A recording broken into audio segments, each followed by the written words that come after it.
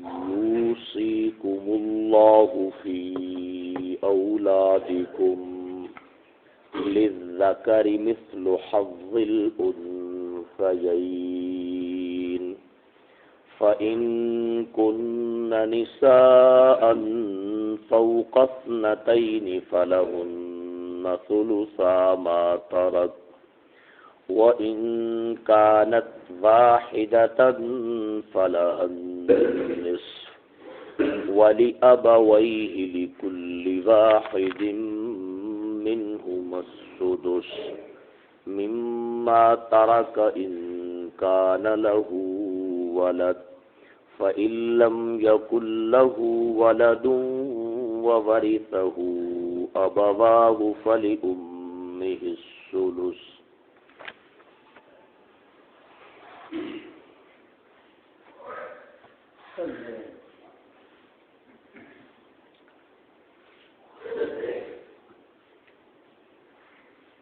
اللہ تمہاری اولاد کی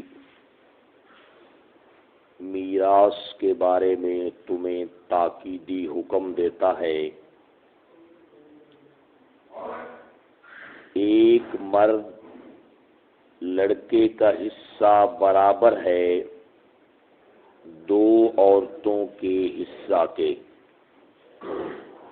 پھر اگر ہوں صرف لڑکیاں دو سے زائد تو ان کے لیے 2/3 ہے اس مال میں سے جو میت نے چھوڑا، اور اگر ہو ایک ہی لڑکی تو اس کے لیے آدھا ہے. اور میت کے ماں باپ میں سے ہر ایک کو 6واں حصہ ملے گا اس سے جو میت نے چھوڑا، بشرطے کہ میت کی اولاد ہو. اگر میت کی اولاد نہ ہو اور اس کے وارث صرف ماں باپ ہی ہوں تو اس کی ماں کا 3واں حصہ ہے.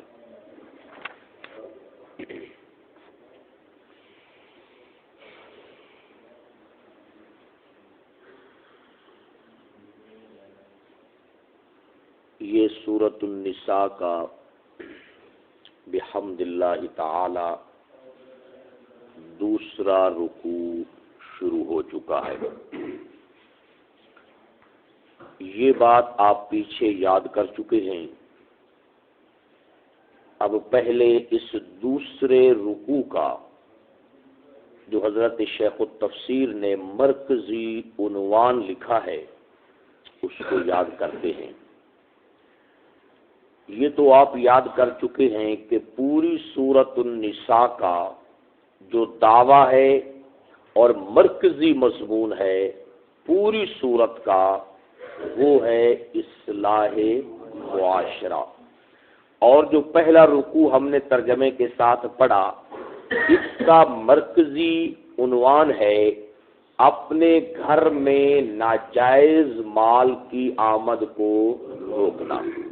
اب حضرت شیخ التفسیر فرما رہے ہیں کہ یہ جو دوسرا رکوع ہے جس میں وراثت کے لیے حصے بیان کیے گئے ہیں اس کا عنوان یہ ہے گھر میں آنے والے مال کی تقسیم کا صحیح طریقہ.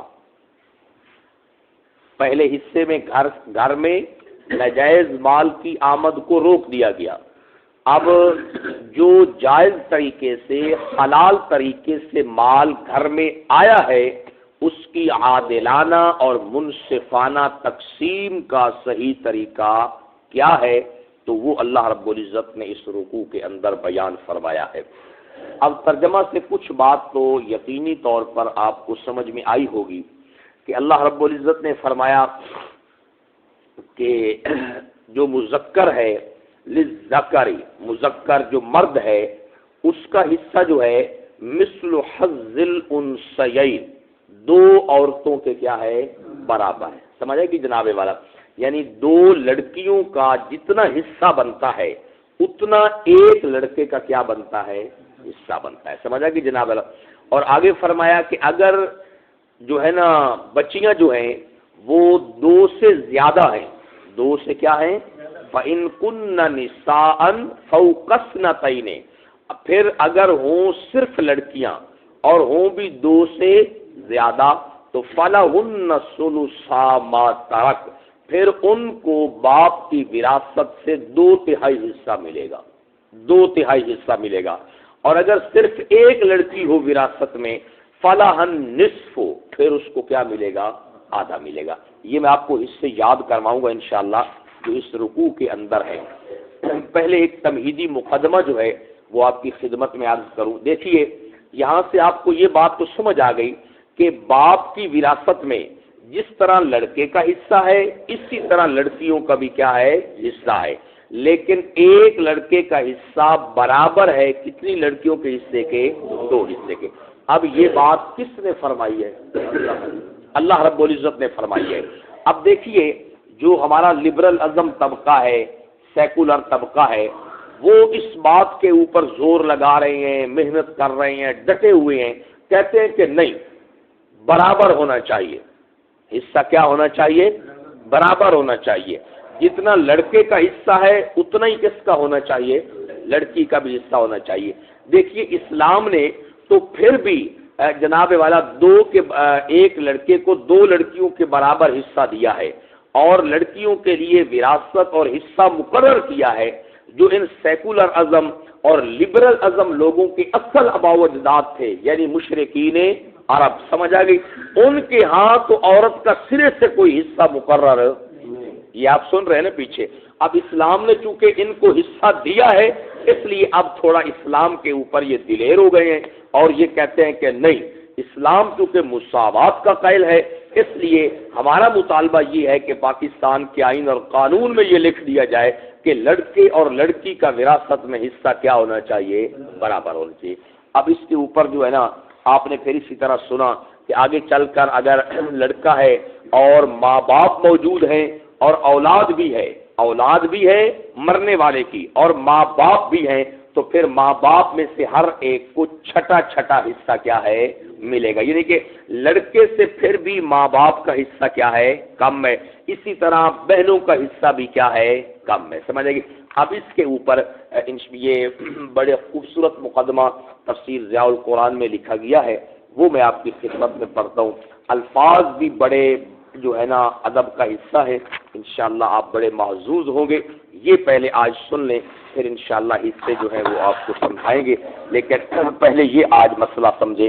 پہلے انہوں نے مقدمے میں اسلام کا جو ایک خاندانی نظام ہے، کنبے کا جو نظام ہے، اس کی بڑی خوبصورت بات کی ہے، اور پھر وراثت کے حوالے سے اس بات کو کلیئر کیا ہے کہ لڑکے کا حصہ بہنوں سے بھی زیادہ ہے اور میت کے ماں باپ سے بھی کیا ہے؟ زیادہ ہے۔ سمجھ آئے گی؟ یہ سننا ذرا، یہ مقدمہ صرف سن لیں انشاءاللہ، جس میں عقلی حوالے سے آپ کو بات سمجھائی جائے گی، پھر انشاءاللہ نقلی حوالے سے بھی سمجھائیں گے۔ دیکھیے اسلام نے صحت مند معاشرے کو، اسلام نے صحت مند معاشرے کو معرض وجود میں لانے کے لیے کنبے اور خاندان کو بڑی اہمیت دی ہے کہ صحت مند معاشرہ کنبے اور خاندان سے ہی وجود میں آ سکتا ہے، اور اس کے افراد کے مفاد کو اور اب جو کنبہ ہے وہ تو مضبوط تب ہوگا جب خاندان کے افراد کا مفاد ایک دوسرے کے ساتھ کیا ہوگا، کیونکہ مفاد ایک دوسرے سے وابستہ ہوتا ہے تو پھر آدمی جڑا رہتا ہے، سمجھ آئے گی نا؟ جب مفاد نکل گیا تو پھر لوگ ایک دوسرے سے کیا ہو جاتے ہیں؟ جدا ہو جاتے ہیں، سمجھ آئے گی؟ اسلام نے خاندان کے افراد کو اور کنبے کو آپس میں جوڑا کس طرح ہے، اور اس کے افراد کے مفاد کو یوں ایک دوسرے سے وابستہ کر دیا ہے کہ محبت و قرابت کا باہمی رشتہ کبھی بھی ٹوٹنے نہ پائے، سمجھ آئے گی؟ اس کے لیے جو وسائل اختیار کیے ہیں انہی میں سے ایک نظام میراث ہے، انہی میں سے کیا ہے؟ ایک نظام کا نام نظام میراث ہے۔ اس کے ذریعے سے اس نے یعنی کہ نا کنبے کے افراد کو، خاندان کے افراد کو ایک دوسرے سے اسلام نے کیا کر دیا ہے؟ جوڑ دیا ہے اور ان کے مفاد کو وابستہ کیا ہے۔ دیکھیے ذرا، زندگی میں اگر کنبے کا کوئی فرد افلاس اور غربت کا شکار ہو جائے زندگی کے اندر سب لوگ موجود ہیں، زندگی میں اگر کنبے کا کوئی فرد افلاس اور غربت کا شکار ہو جائے تو دوسرے افراد پر اس کے نفقے کو فرض قرار دے دیا کہ تمہارے ذمہ ہے اپنے خاندان، اپنے کنبے کے غریب افراد کی امداد کرنا۔ اسی طرح موت کے بعد مرنے والے کے قریبی رشتہ داروں میں اس کی جائیداد کو تقسیم کرنے کا حکم دیا تاکہ زندگی اور موت دونوں میں کنبے کا مفاد یوں باہم پیوستہ رہے کہ جدائی کا خیال ہی ان میں راہ بھی نہ بنا سکے۔ سمجھ آ گئی جناب والا؟ اگر عادلانہ اور منصفانہ تقسیم ہو حقوق کے حوالے سے تو بتائیے کنبے اور خاندان کے افراد ایک دوسرے سے جڑے رہیں گے یا نہیں جڑے رہیں گے؟ وہ آپس میں کٹتے تب ہیں جب مال کی منصفانہ تقسیم نہیں ہوتی، پھر نفرتیں پیدا ہوتی ہیں، پھر جناب والا ایک دوسرے کے بارے میں اللہ معاف فرمائے کہ کس کس قسم کے حالات پیدا ہوتے ہیں۔ تو کہتے کہ اسلام نے اس طرح نظام بنایا ہے کہ زندگی کی حالت میں اگر کنبے اور خاندان کا کوئی فرد غریب ہے تو باقی کو کہا کہ اس کی امداد تمہارے اوپر کیا ہے؟ فرض ہے، سمجھ آئے گی۔ اور موت کے بعد جناب والا مرنے والے کے قریبی رشتہ داروں میں اس کی جائیداد تقسیم کرنے کا حکم دیا تاکہ زندگی اور موت میں خاندان کے افراد ایک دوسرے سے اس طرح جڑے رہیں کہ جدائی کا خیال بھی ان میں راہ نہ پا سکے، جدائی کا خیال بھی ان میں راہ نہ پا سکے۔ کنبے کے اتحاد کو برقرار رکھنے کے لیے نظام وراثت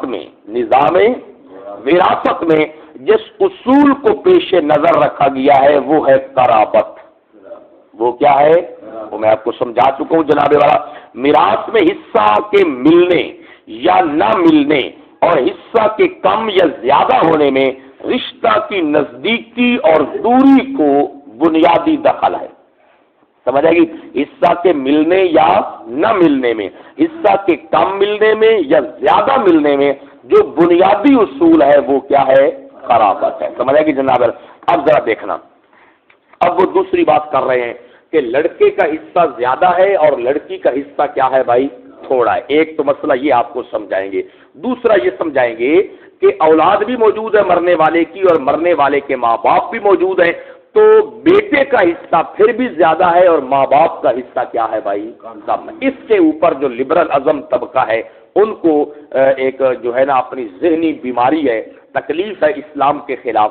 اب اس مسئلے کا حل آپ کی خدمت میں پیش کر رہے ہیں، اس کو ذرا توجہ سے آپ نے سمجھنا ہے۔ دوسرا اصول یہ ہے کہ ضرورت، یعنی قریبی رشتہ داروں میں حصہ کی کمی بیشی کا مدار ضرورت کو قرار دیا ہے۔ جتنی کسی کی ضروریات زیادہ اور ذمہ داریاں زیادہ ہوں گی اسی لحاظ سے اللہ نے اس کا حصہ مقرر کیا ہے، سمجھ آ گئی؟ یعنی یہ جو لڑکے کا زیادہ لڑکی کا تھوڑا، پھر لڑکے کا زیادہ اور ان کے دادا اور دادی کا کیا ہے بھائی؟ کم کم۔ یہ کیوں ہے؟ کہتے ہیں اس کی وجہ یہ ہے کہ جس کی جتنی ضرورت زیادہ ہے اور جس کی جتنی ذمہ داری زیادہ ہے اتنی ہی شریعت نے اس کا حصہ کیا کیا ہے؟ مقرر کیا۔ توجہ کرنا ذرا۔ اب کہتے ہیں مثلا متوفی کے والدین، اب پہلے دادا اور پوتے کی بات کر رہے ہیں، مثلا جو مرنے والا ہے اس کے والدین اور اس کی اولاد کی قرابت بالکل مساوی نوعیت کی ہے، مساوی نوعیت برابر ہے، لیکن اولاد جو زندگی کے سفر کا اب آغاز کر رہی ہے، سمجھ آئے گی؟ یہ بات سمجھنی اصل میں، یہ اس لیے میں نے آپ کے لیے یہ تفسیر لائی ہے تاکہ آپ کے سامنے پڑھے جائیں الفاظ اور آپ کو بات سمجھ آئے کہ اب مر گیا ہے آدمی، اس کے بیٹے بھی ہیں اور اس کا کیا ہے؟ ماں اور باپ بھی